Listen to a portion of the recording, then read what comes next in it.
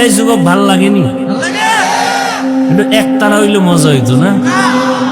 তোরা তো আবার একতারা ছাড়া ভাল লাগে না। এক যুবক মোবাইলে হিন্দি গান শুনে, বাংলা শুনে না, শুনে তো শুনি আবার লাফায়। কেউ যুবক লাফাও কেন? কয় নাচি। কেন? কয় গান শুই না। কয় অর্থ জানুনি? আব্বাও জানে না, আমিও জানি না। তো লাফাও কেন? কয় মজা লাগে।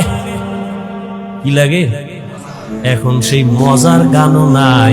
এখন যে আমরা গজল বলি, এও গানের সেই আগে শুরু হয়ে গেছে।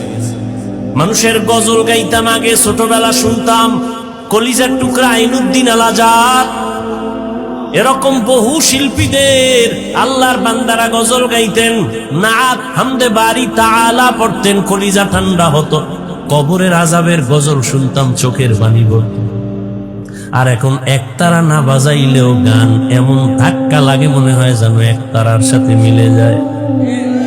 আল্লাহ হেদায়েত দান করুন।